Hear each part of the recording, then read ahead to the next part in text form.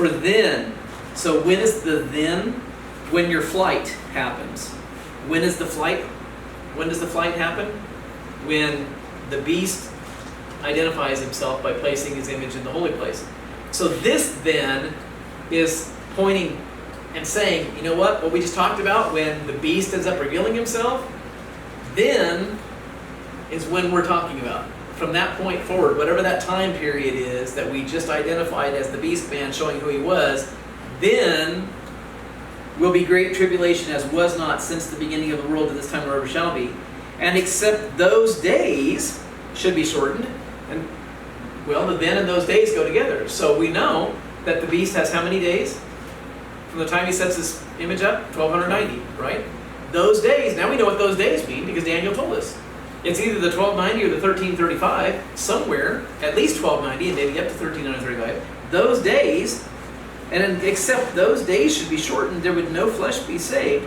But for the elect's sake, those days shall be shortened.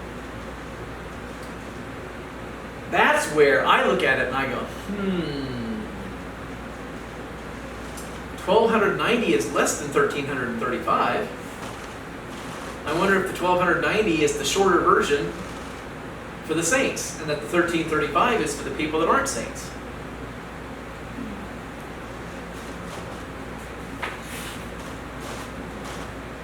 What if the 1290 has to do with people who are followers of Jesus, and the 1335 is the time frame that happens for everybody else?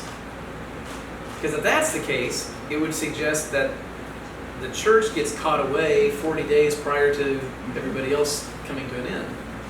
And there's actually some really interesting scripture that goes along with that we're going to find out in just a little bit. Then, during those days, during that 1290 days, if anyone says to you, here is Christ, or there, believe it not. Verse 23. So in other words, during the days of the beast's reign, that 1200, or I'm just going to say 1290, and realize when I say 1290, it could be 1335 also, okay? During the 1290 days of the beast's reign, we know from this verse that people will want to see Jesus. Now, who's going to want to see Jesus? Is it going to be the people that hate Jesus or the people that love Jesus? I mean, if you, let's just say that I were to take all of you hostage, and I stick you in a room, and I shine lights in your face, and I play constant droning sound, and I do that to you for a month, and I give you water and a piece of bread every day, and that's just how you live. Would you invite me to your house for Christmas the next year? No, probably not, right? You probably wouldn't want to see me. Most likely you would be frustrated. And you would want to protect yourself from me because I would be considered dangerous, right?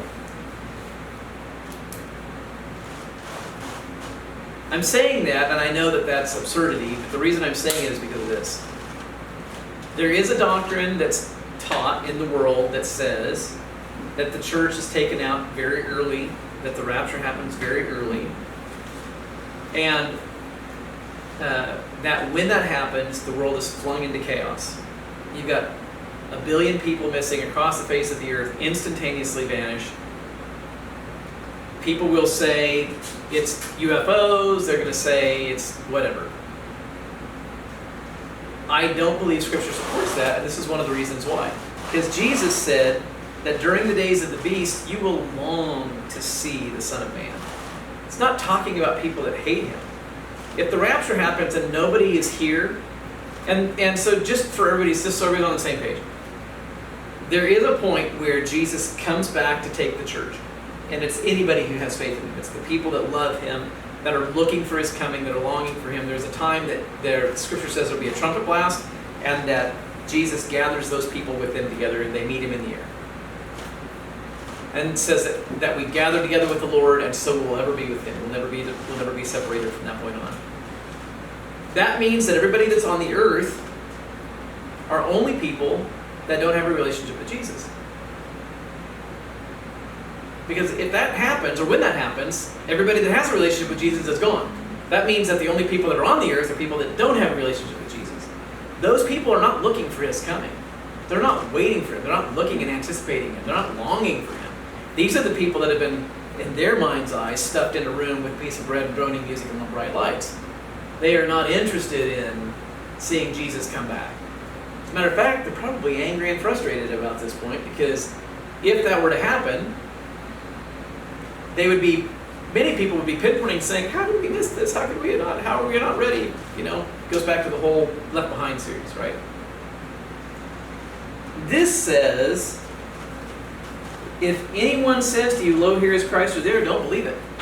Which means that people will want to believe it. They will want to see Jesus. They'll want him to come back. But he won't. For there will arise false Christs and false prophets that will show great signs and wonders, insomuch that if it were possible, they would deceive the very elect. This means that the very elect have to be here to almost be deceived. The very elect, if the very elect were gone, they wouldn't stand the chance of being deceived. Jesus is saying, look, the very elect are here during the beast kingdom. Behold, I've told you before. Why would Jesus tell us before? If I were to tell you, Justin, look, dude, there's a tornado coming. It's going to hit your house in 3 days. Just so you know, I have this special radar. It tells me 3 days in advance where tornadoes are going. Your house is right under the EF5. Now, if you believed me, right, first of all, you have to believe me. If you believe me, you might respond. If you don't believe me, then you're not going to do anything. You're going to be like, fuck. Right? Now, what if I'm right? Now, if you believe I'm right, likely you're going to end up getting stuff out of your house. You're going to end up taking things of value. You're going to make certain you're not home in 3 days. You'll stay with family, friends, whatever, so that everything's good, right? Jesus says the same thing here. Look, I've told you before. What have I told you? I told you, you're going to look for one of the days of the Son of Man. You're not going to see it. There are going to be false prophets that are going to be really super believable. They're going to do amazing things that if they could possibly deceive the very elect, they will do it. I'm telling you this in advance. Why would he tell us in advance if it didn't apply? If I had a special piece of radar that told me where tornadoes were going to be, there's still a chance the tornado may not land there.